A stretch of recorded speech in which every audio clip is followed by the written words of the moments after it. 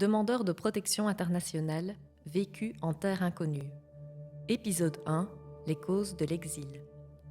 Demandeurs d'asile, personnes qui demandent la protection internationale d'un autre pays.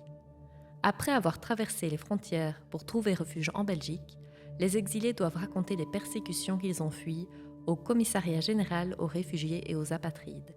C'est le début d'une longue procédure. Je veux bien dire, une demande d'asile, c'est difficile. La difficulté, ça commence depuis au pays. Difficulté de vivre, après il faut que tu quittes le pays. Quand tu arrives ici aussi, tu connais personne. Et tu peux dire quelque chose, personne ne va te croire.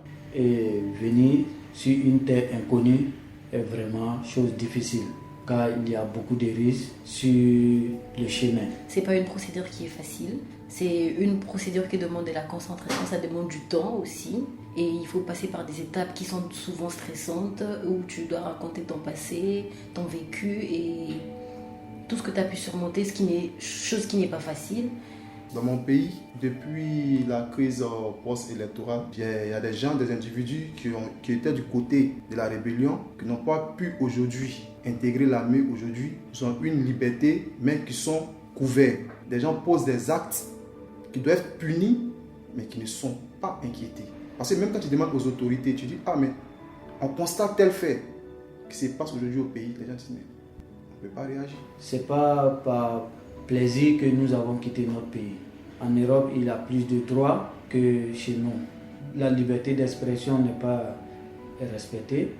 Et quand quelque chose t'arrive, tu te diriges vers les autorités, c'est la personne qui a plus de pouvoir qui gagne, même si la personne a tort.